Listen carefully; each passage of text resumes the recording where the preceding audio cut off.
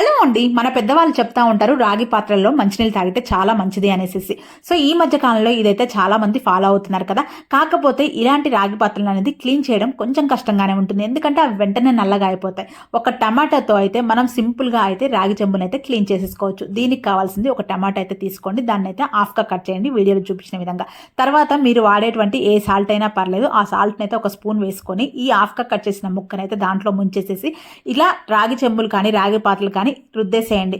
1-2 సార్లు మనం ఇలా రుద్దుతోనే మనకైతే అక్కడ క్లీన్ అయిపోతూనే ఉంటుందండి. చాలా సింపుల్గా మనమైతే ఇలాంటి రాగి పాత్రలను అయితే క్లీన్ చేసుకోవచ్చు.